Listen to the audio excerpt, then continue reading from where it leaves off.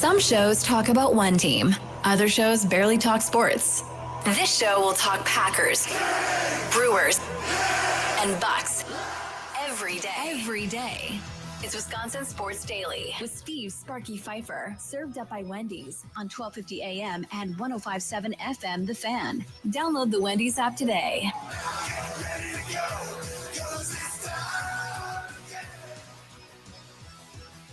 Here we are, 4 o'clock on a Tuesday. See Sparky Fifer with you.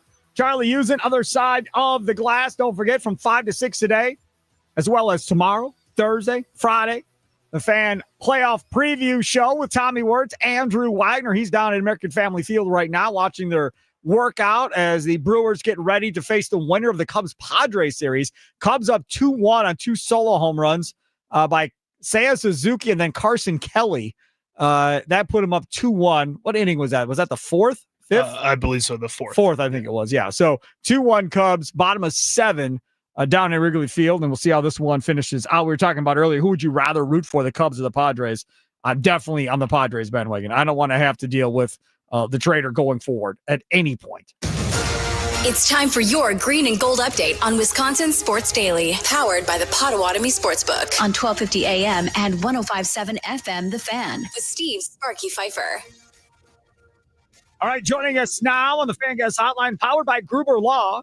Watch him on YouTube. Man, this dude here, got to check him out. Pete Dougherty. See, this is a nice thing about today. I don't know if Pete likes it or not because never really asked him, but I mean, you're old school like me. Are you hip to the idea of your face always being on video now, even as a writer, joining all these people on YouTube and doing chats and all this other stuff? You like this, or do you wish it was still just being a writer and nobody ever saw your face? No, I kind of like doing it. Now, I can't speak for whether the audience wants to look at this mug or not, but, I'm fine with it. I enjoy it. I mean, don't we all love talking sports, right? Oh, absolutely. It's just the video aspect. Like for us, I mean, when we did this previously, we never did YouTube video streaming or nothing else. And we just started this thing in, the end of June, early July, doing YouTube streaming. So it's new for me too. I hate looking at myself. I got a big head. I'm not a fan of the video thing. That makes two of us. But, I was uncomfortable doing it, to start with, however many years ago that was. I just, it wasn't my thing, but I've done enough now where, it's fine. It's second nature. Right. Okay. The biggest thing for me today, and you can tell me if there's something bigger, I wanted to find out first and foremost on Devontae Wyatt and his injury status. What did Matt LaFleur have to say about that earlier? He said week to week, which, there's not the good. data. Yeah, that's not day to day is, maybe a couple weeks. Week to week suggests, multiple weeks, 3 or 4, maybe more. They're very coy. You can't really trust injury information, at least public. When they speak publicly about injuries, you can't really trust what they say. But yeah, week to week is not, that's not great. It's not great. Also not great is what happened after Devontae Wyatt left that football game against the Dallas Cowboys. To that point, they had no problem stopping the Cowboys' rushing attack. After that, all hell broke loose for this Packers defensive line. So what are the options? Do you just play the bigger guy in Stackhouse and deal with him figuring things out as he goes? Or do you go undersized up front and play Brooks? Yeah, that's a tough. Both of their snaps will have to go up. And regardless of, whether Wyatt misses a week or 2 or, a month, if I'm Brian Gutekunst, I am really keeping an eye on defensive linemen who could become available in the next few weeks. I don't think they need to make the trade right now because you probably pay more for it now than you would later, and they can try to get by. But I think the trade deadline is what, 5 weeks? It's end of October, right? Yeah, or I think if it's either the end of October, they did move it back a week. So okay, right. It might be the first week in November. Yeah, yep. I think it might be the first week in November. Yep. But I'm looking hard for, bringing in at least a run stopper. And if you can do better, you do it. Now, you can't give away too high a picks after the Parsons trade, but even just a big run stopper could make a big difference. I think of their pickup in 2010 with Howard Green. They got him off waivers. Man, he made a difference that year. I don't know if they win that Super Bowl without him. He just really shored up their run defense. So just a pickup like that could make a significant difference. That was one of the main guys in the magic carpet right here. You got 16, 17 guys on AL, and Ted's picking up scraps off the heap and seeing if anything works, and everything he touched turned to gold on that run. Talking with Pete Dougherty, Green Bay Press Gazette. Follow him on Twitter at Pete Dougherty.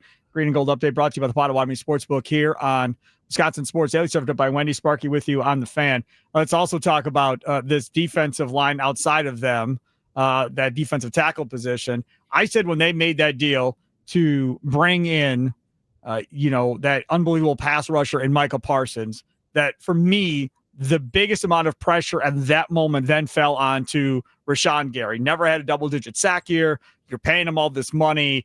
Now, in my mind, it's like, okay, now take the next step, because you should have way more opportunities for one-on-one type deals. You won't be getting doubled probably nearly as much. And every time I looked up in that Dallas game, I felt like he was in a one-on-one situation trying to bull rush somebody and not getting to where he needed to get to. What was your take on Rashawn Gary? Yeah, kind of the same. I mean, he has 4.5 sacks, so he had those in the first 3 games, and that was a really good sign. But I think if I remember right, 2 of them, he basically wasn't blocked. So, you can't. It wasn't just talent that was winning that. So that's a little bit of a red flag that he didn't get any sacks. But again, I think they missed Wyatt there too, because they missed the push in the front of the pocket. Prescott was able to slide around a little bit or step up and avoid the outside guys. I thought in that game, they never turned loose Edgerrin Cooper. And, I think I have to assume we won't get a chance to talk to Jeff Hafley till next week because of the bye this week. But right. I have to assume if he could do it over again, he'd have turned him loose, Cooper loose a little bit in that second half, because they just did not get enough pressure on Prescott. And, the Cowboys had a balanced offense. Like you said, they ran the ball so well in the second half. But, you can't have the whole thing riding on whether Devontae Wyatt is healthy or not. So Tommy Wirtz and I do the Green Bay football postgame show after games, and he brought up, and I don't disagree with him, that it feels like Quay Walker has played at a high level, maybe more consistently than Edgerrin Cooper has this year, where he's got missed tackles, being in the wrong spot, that type of stuff. And Walker has been far more consistently good through 4 weeks. Do you agree or disagree? I guess I have to agree with that. I think he has. And Cooper he's missed a lot of tackles, way more than last year. Yep. I thought Cooper looked better in camp. And, part of that was in camp, they didn't know they were going to have Parsons. So they were moving him around. They were doing a lot of stuff with him, and they've done less with him. And I think Hafley's just going to have to incorporate him more, because Cooper, in my mind, is without a doubt the second most talented guy on that defense. And I think he has a chance to be a special player from what we saw late last season and in camp. And I still think over the course of 17 games, we'll see that. But, he's got to do it on the field. I totally agree with you. I'd be the second most talented player. What about the cornerback position? I don't know where you go, but Carrington Valentine cannot do that again. Like, you cannot have those type of performances. Now, you could tell me maybe that it was scheme, or you could say maybe that was all on Valentine, but that was not a good look from the Packers corner this week. Yeah, it was a rough day, and I think they're good enough. They don't have an outstanding corner. A guy that you'd move around and just put on whoever the best receiver is. They don't have anything like that, but they've got, 3 pretty solid corners with those 3 guys, with Hobbs and Nixon and Valentine. But it helps a lot.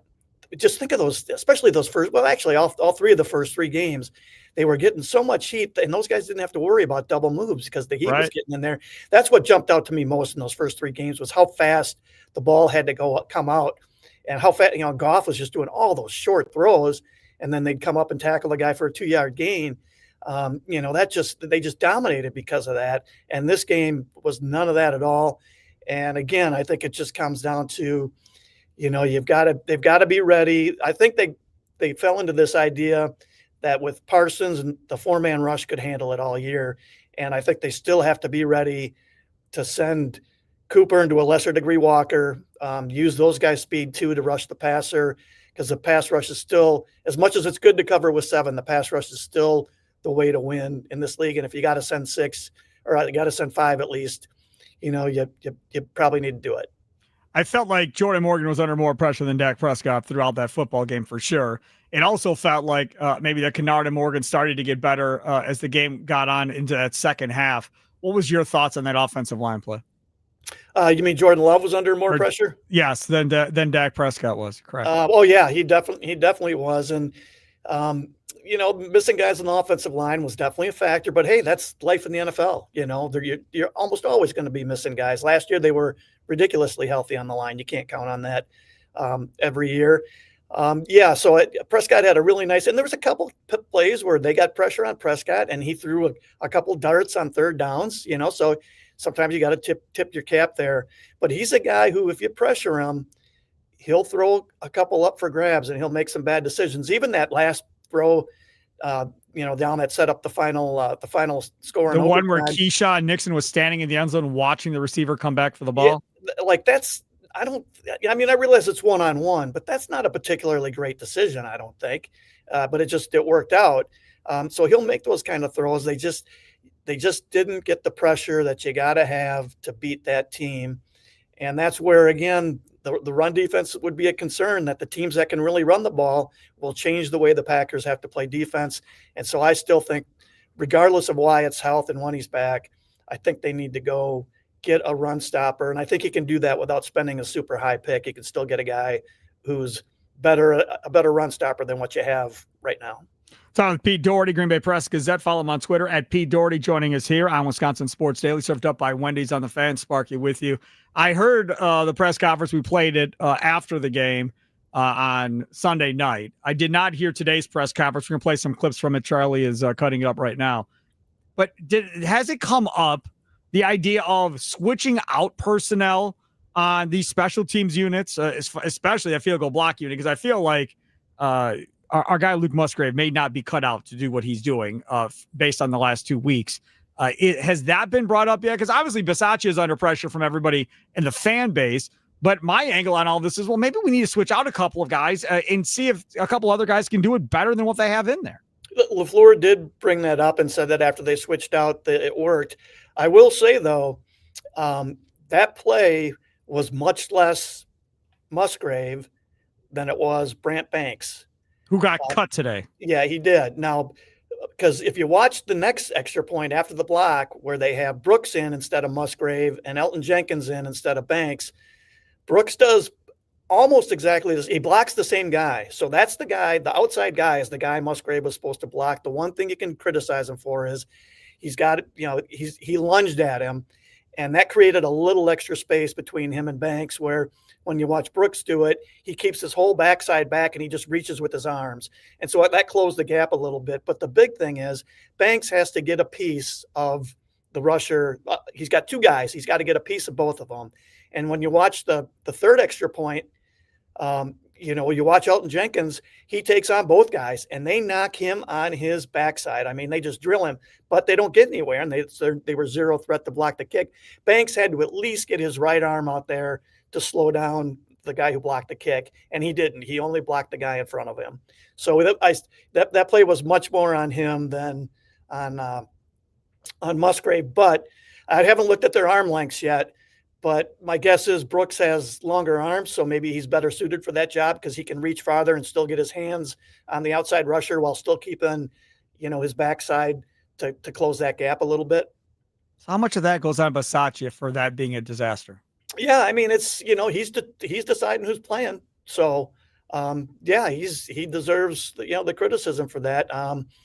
And he's got a really good track record and a lot of respect in this league as a special teams coach, but these block kicks have been disastrous. I mean, they played a huge factor in 2 losses, and you just can't have, fairly simple things like that be what's costing you games. So the heat is very much on Rich Bisaccia. The only thing I'd say for the people who want him fired is, who's going to replace him? You replace him with somebody in staff, the scheme changes, or the scheme stays the same.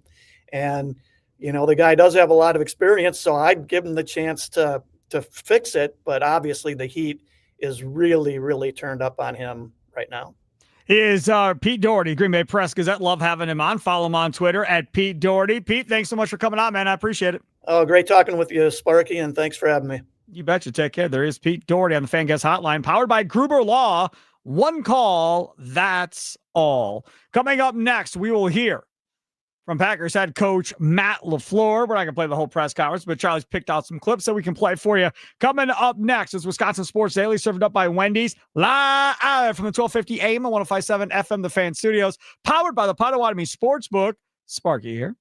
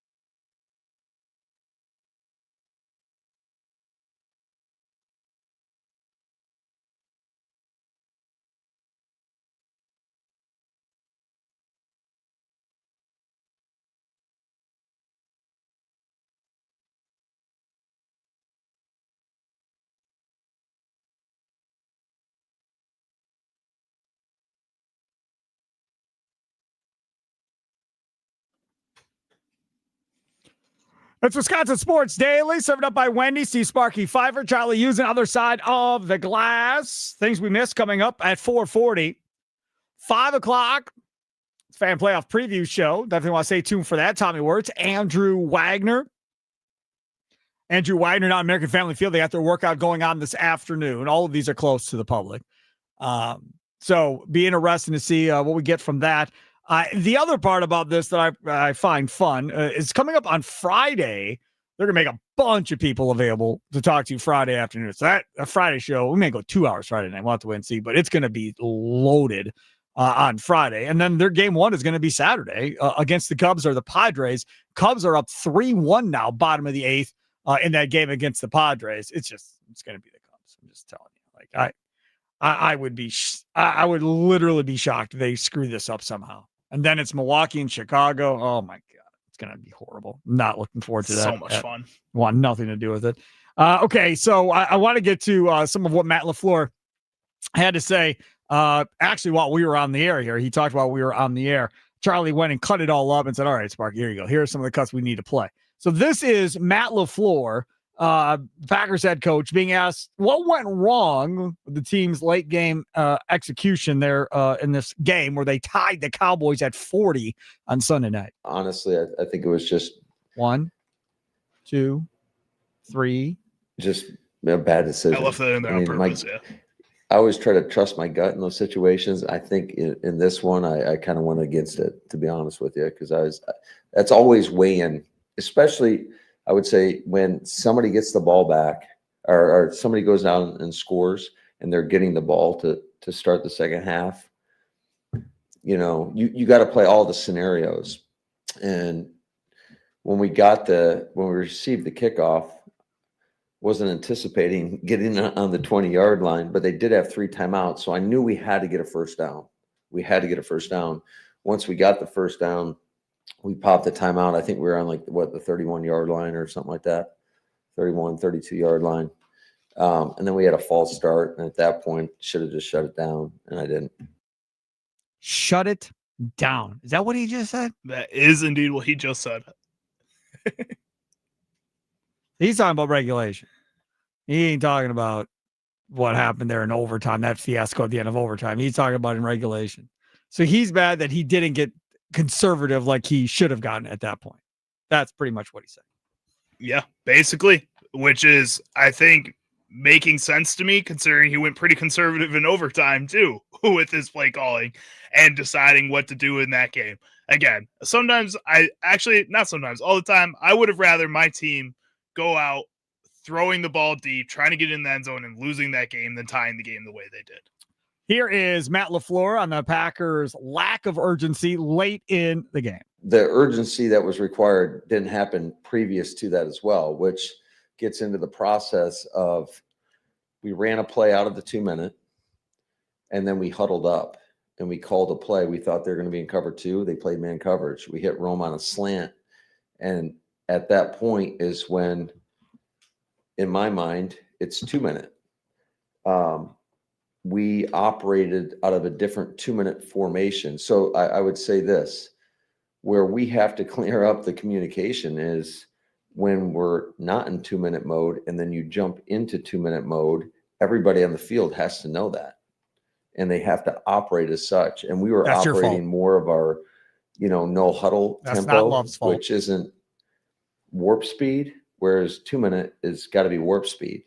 And it just wasn't, it's a bad look, quite honestly. And on you, that's why you get a bad result as well. But it's just the communication and process have got to be cleaned up because we can't allow that ever to happen again. Does the quarterback, is he responsible for getting everybody, let's go? I'm responsible for that.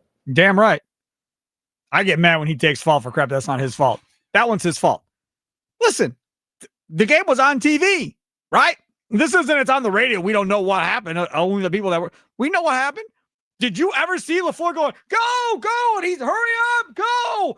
Did you ever see him waving his hands, go, hurry up? right? Screaming and yelling, turning red, veins popping out of his face. Did we see that? I didn't see that. Did you see that? Nope. I've seen Bill Belichick do that. He's the least emotional guy I've ever seen in my life. I've seen LaFleur get worked up on the sidelines too. Like if he wanted them to go, he could have got them to go.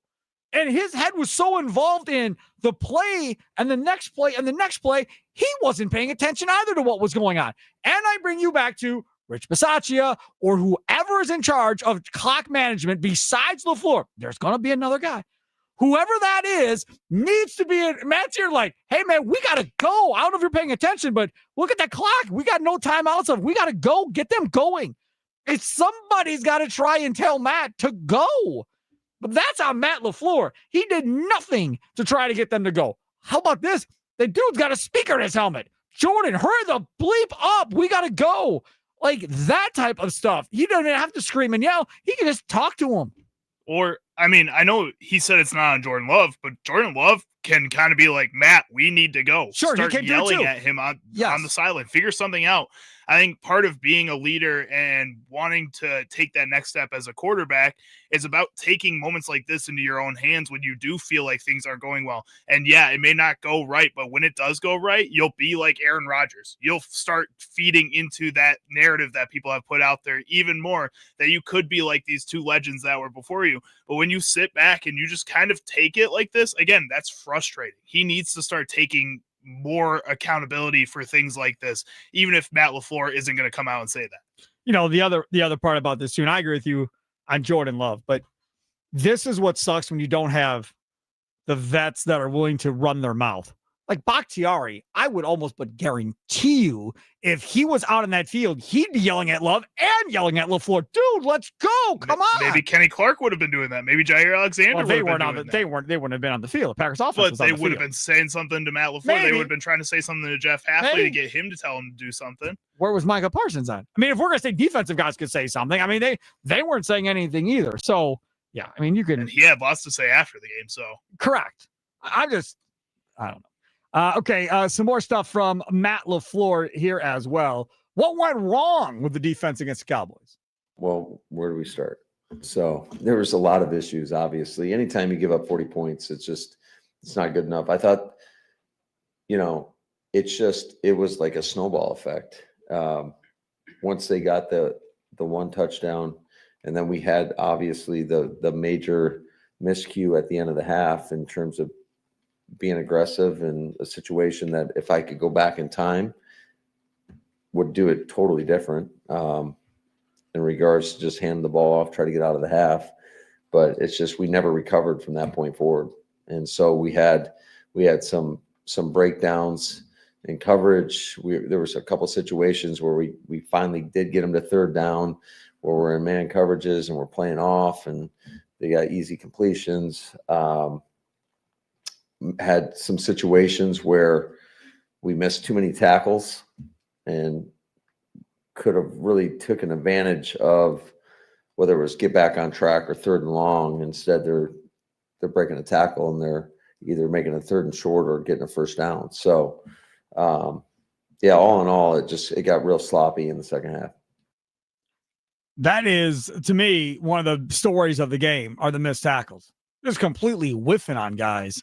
Time after time after time, getting a guy in the hole and then missing the running back. And then he goes for 10 yards or 6 or 7 yards, not making that first tackle. They were making the first tackle the first 3 weeks this defense was. So that's the thing. Like, is this an anomaly?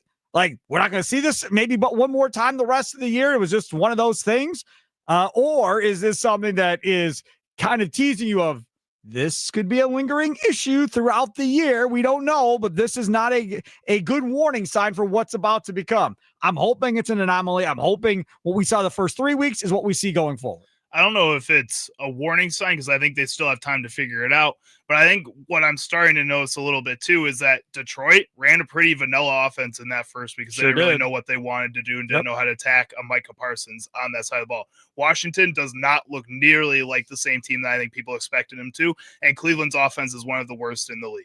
And I think when you take into account that, yes, the Packers defense still played phenomenally and still really shut those offenses down. but the type of offenses they had been going against didn't match what the Cowboys were coming out there with. And the Cowboys were one of the best offenses in the league going into week 4. I mean, there's a lot more that this Packers defense still has to learn from these first 4 weeks that I think people weren't giving credit to going into this week 4. I think you're right about that. I don't think that's inaccurate at all. I think that was a right thing said. Let's go on more. Matt LaFleur here. This is interesting. And Charlie's like, you may want to play this one. So our guy Golden almost got his head taken off of his shoulders on a punt return. Plus you got Savion Williams, right? And that option, if you want to go that way. But both are rookies, right? Playing in the NFL for the first time. Savion Williams, I brought this up to Tommy Wirtz on the postgame show Sunday. I was like, just put Savion Williams back there. Tommy was just besides himself. Are you kidding me? Do you see how much a part of an offense they want him to be? How in the world could you suggest such a thing?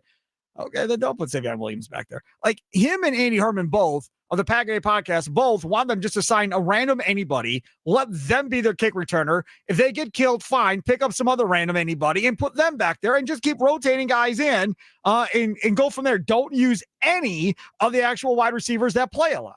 They tried that with McCole Hardman in the preseason, and then he dropped a few punt returns. I don't know. They were talking about this on Mason Crosby too, and basically saying that you could just put anybody out on special teams and it'll work out as long as they play hard enough. And it kind of drove me crazy a little bit. All right, here we go, Charlie. Because no, you can't. Special teams still takes talent. It still takes talent to be on the field, to be an athlete, to make an open field tackle, or to block a player that's taking 15-yard head starts at you, and to have to go out and try to block that guy. You can't just put anybody out there. There's a reason Luke Musgrave and Tucker Kraft are on this field goal unit. It's because players can't do that. You can't just put a Fitzpatrick out there and hope that he's going to do his job all of a sudden. No, you're putting yourself at more danger if you're not putting those players out there. These are positions that take talent and take a certain type of pedigree to go out there and play from some of these players. And I do think a big majority of that is effort, and it is having this type of engine that not a lot of other players have. But there's also other keys to this that not everybody can just go out there and do. So you can't just go out there and sign and nobody to go return kicks, because then that all of a sudden is not a facet of your game as a team. You all of a sudden can't use that third unit anymore, because every time you go to have somebody return the punt, you're only going to get 5 yards, and you put your offense back at a disadvantage. Well, that's the other thing. Tommy was like, just have everybody wave fair catch. No. To hell with trying to return it. Just everybody wave fair catch. Just get rid of special teams then. And get off the special teams then. Here is what Matt LaFleur said. Because we feel like they give us the best chance at being successful. It's just one of those deals where you'll take your lumps. I think so. Yeah, I think so. I think, you got to get experience one way or the other, and it's not. They do a great job in practice. I think that's ultimately, I get it. Game's a little bit different in practice, especially when you're catching kicks, because in practice nobody's going to blow you up, and then in the game we all saw what happened to Golden. I mean, he got thumped pretty good. Yes, I did think his pop-up game was on point though.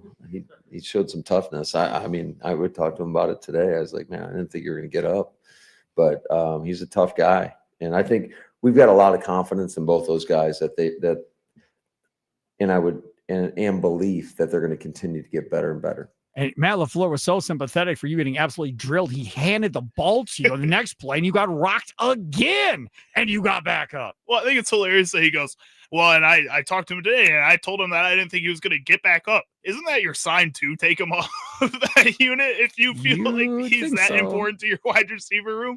I mean, I'm kind of with Tommy on that one. If you feel like it's that bad where you were questioning whether or not he was coming off the field, walking by himself, then maybe take him out a little bit. But that's a fair question too. Like, Matt, aren't you putting this wide receiving core at risk? You're already without Christian Watson. Yes, he's going to be coming back and able to play in the practice window coming up, but you don't have Reed, your other speed guys. So you're down both speed guys at this point. If you lose Golden, what then happens to this wide receiver room? Are you really in a position to have him back there right now with the health of this room?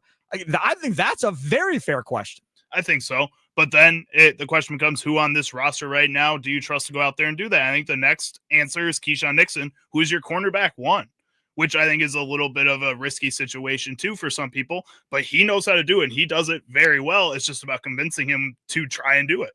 I was going to say Mason Crosby because I was going to talk about the block extra point here, but Matt LaFleur also addressed the block extra point. First a blocked field goal the week before, and now a blocked extra point.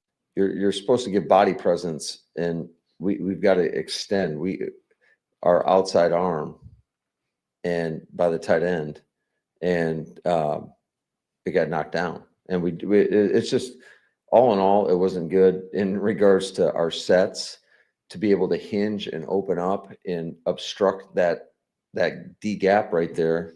And the guy got through clean, and we knew it was coming because it happened the previous play.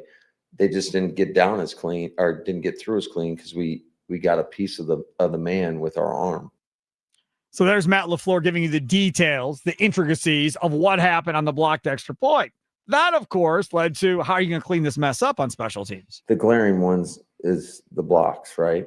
The block field goal, then you get a block PAT, and certainly those were, huge plays. I don't want to say it's never one play why you win or lose. Obviously, those were pretty big plays in the game.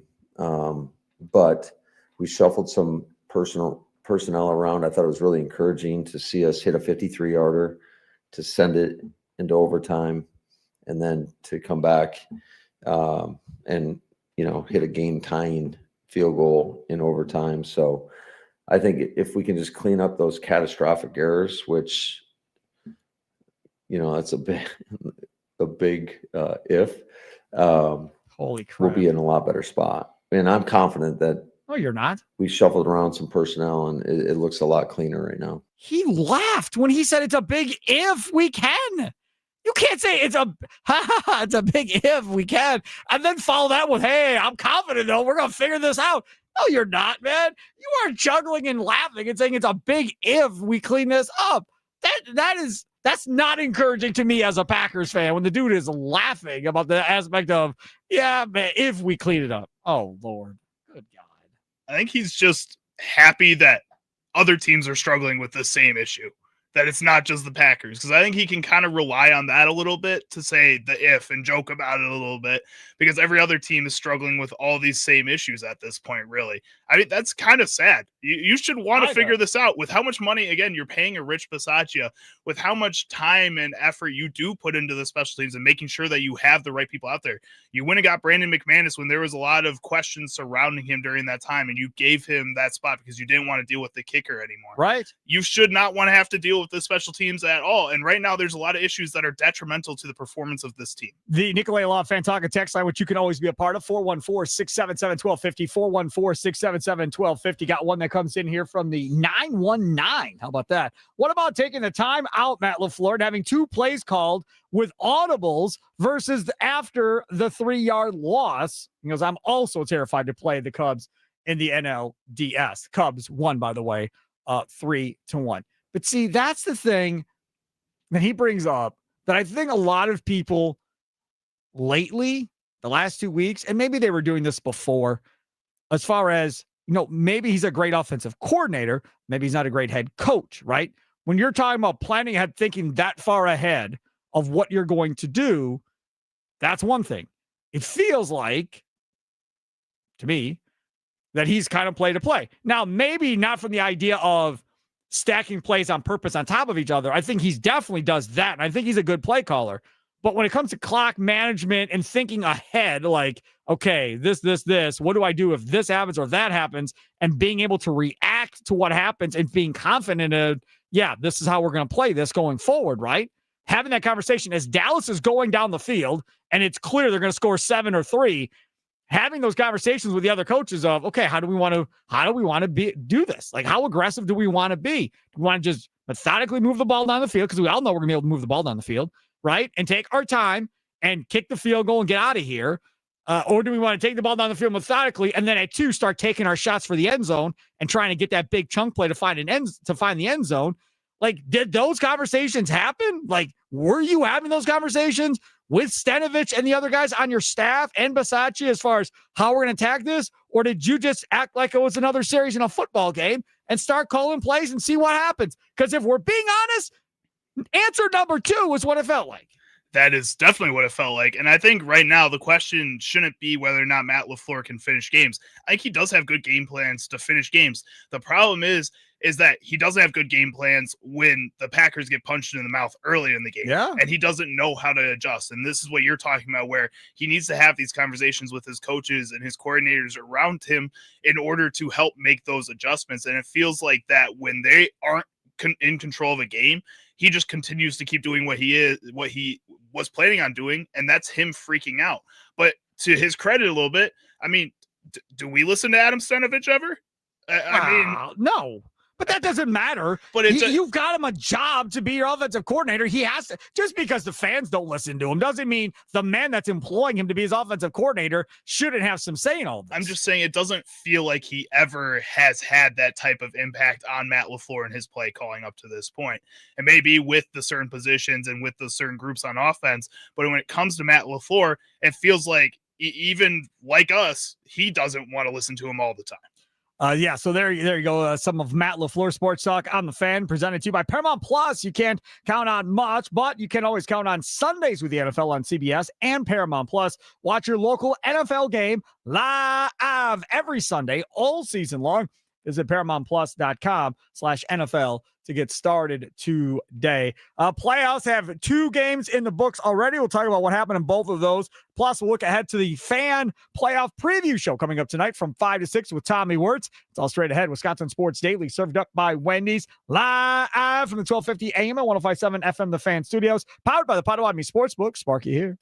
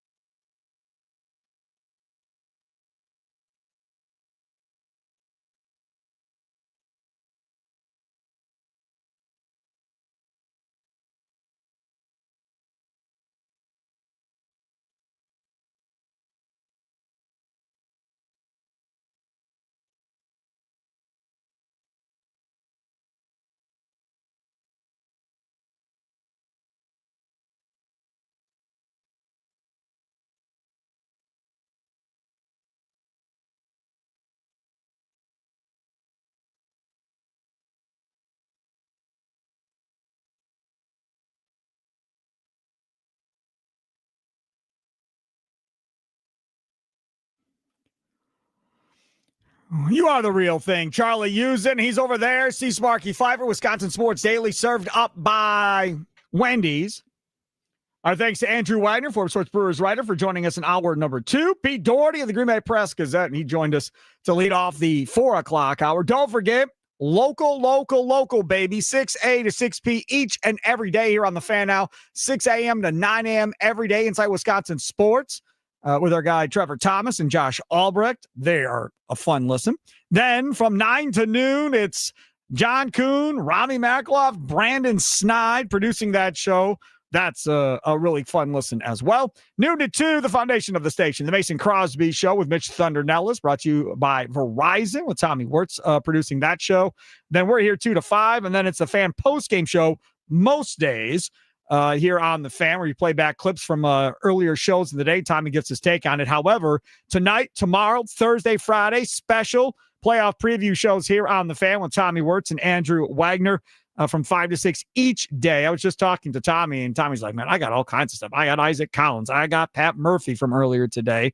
Drew Wagner's going to be on the show today as well. So lots of stuff coming up, fresh new stuff coming up from 5 to 6 concerning your Milwaukee Brewers baseball team. So keep it tuned here to the Fan each and every night from 5 to 6 as we talk Brewers baseball with Tommy Wirtz. Speaking of the Brewers, they're going to get the winner of the Cubs and Padres series. And earlier in the show, we were asking, would you rather face the Cubs or the Padres? I would much rather face the Padres. Do not want the opportunity for the trader to knock us out of the playoffs. Do I feel like the Brewers can beat the Cubs or the Padres? Yes. Am I overly confident? Not really. But I would pick them to win the series. And we're talking about a best-of-5 series probably. I would probably pick the Brewers to win it in 5, if we're being honest. I think so. Regardless of which team it is. I think I'm with you on that. I think this Brewers team, what they've shown us this season is a whole lot of resilience. And even though they clutch. Clutch. Even though they finished the season this last month of September, not on the highest note, it is still not something I'm worried about. And I've said this since the All-Star break, is this team has never felt like this before, where going into the playoffs, I was always worried about each series. This feels like the first time where I'm pretty confident this Brewers team is by far one of the top 3 teams in that MLB, and they are going to show it this postseason. I'm pretty confident in this team over most of these other teams in the playoffs. Correct. And that's the one thing, too, about this team. I think when you get into this best-of-5 series, if Game 3 is going to be Quintana, that means Game 5 is going to be Woodruff. I feel pretty good about Game 5 being Woodruff. Now, what would Game 5 end up being for the Cubs? I don't know. We'll have to wait and see how they line up their rotation going into the NLDS. Or who would Game 5 be for the Padres? Same type of deal. I just am dreading the idea of dealing with Cub fans. Like next Monday, we're going to be out. Kelly's Bleachers on Blue Mound doing the leadoff show and having some fun out there.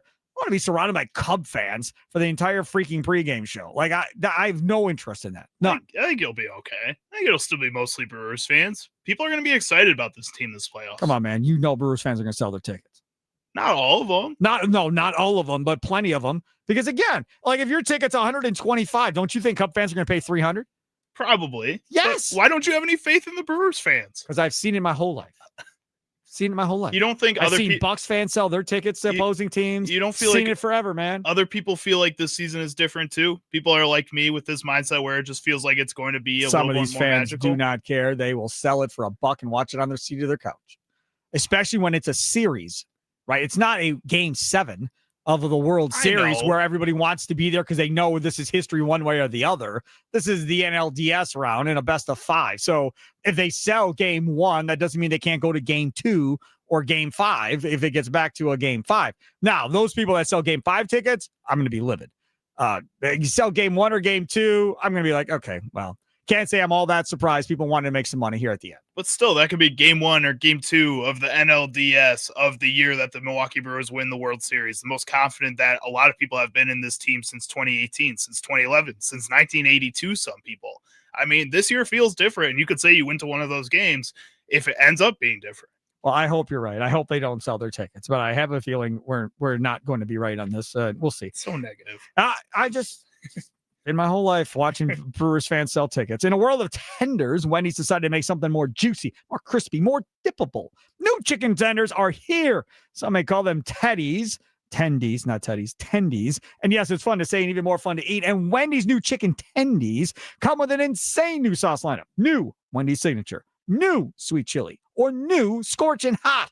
Or choose from one of the classics, honey barbecue, creamy ranch, or honey mustard. Whatever you choose, they're the perfect vessel to dip all of your tendies in. Wendy's new chicken tendies are so juicy, crispy, and dippable, you'll remember them forever.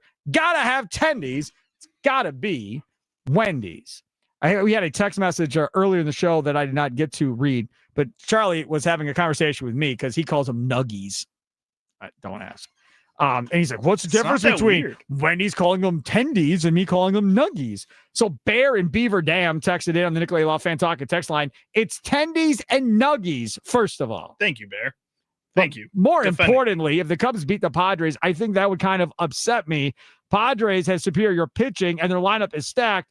I don't like the Cubs matchup with us because of the emotional aspect. I think we would come out tight. That is Bear and Beaver Dam. First of all, thank you again for defending me. You're right. It's tendies and nuggies. You're correct on that. Yeah. And also, I get what you're saying about the emotional aspect. And that's something I guess I've neglected a little bit when talking about this. At the same time, I don't know. I think the Brewers have done better with emotions than the Cubs have so far this season. Do you feel like there is going to be some type of pressure on this Brewers team when this series gets going against the Cubs, knowing this organization hasn't been on the first round since 2018? A little bit. You're the 1 seed with the best record. A little bit, but I don't think as much pressure as there is on the Cubs. I think the Cubs have more pressure from their fan base and from their organization to get something going here eventually. And if they lose to the Brewers, I don't know. People aren't going to be happy. Well, I don't care. People aren't going to be happy if the Brewers lose to the Cubs either. But Murphy's not going to lose his job, and that Trader ain't going to lose his job. Trader got to the playoffs. No, he did what he was supposed to do. Kyle Tucker may not come back to the Chicago Cubs. I think a lot of people want that. Want him not to come back? No, want him to come back. Well, at one point, they didn't want him to come back because he was god-awful there for a while. Again, when he was at his worst this season, it was a league average player. That's pretty Charlie good. used it. See Sparky Fifer for the Fan playoff preview show straight ahead with Tommy Wirtz. Make sure to keep it tuned here. Him, Andrew Wagner here from Pat Murphy, Isaac Collins, and others. 5 to 6 today and the rest of the week through Friday. That'll do it. Wisconsin Sports Daily served up by Wendy's. Live from the 1250 AM and 105.7 FM, the Fan Studios. Powered by the Potawatomi Sportsbook. Enjoy the rest of your evening. Toodles!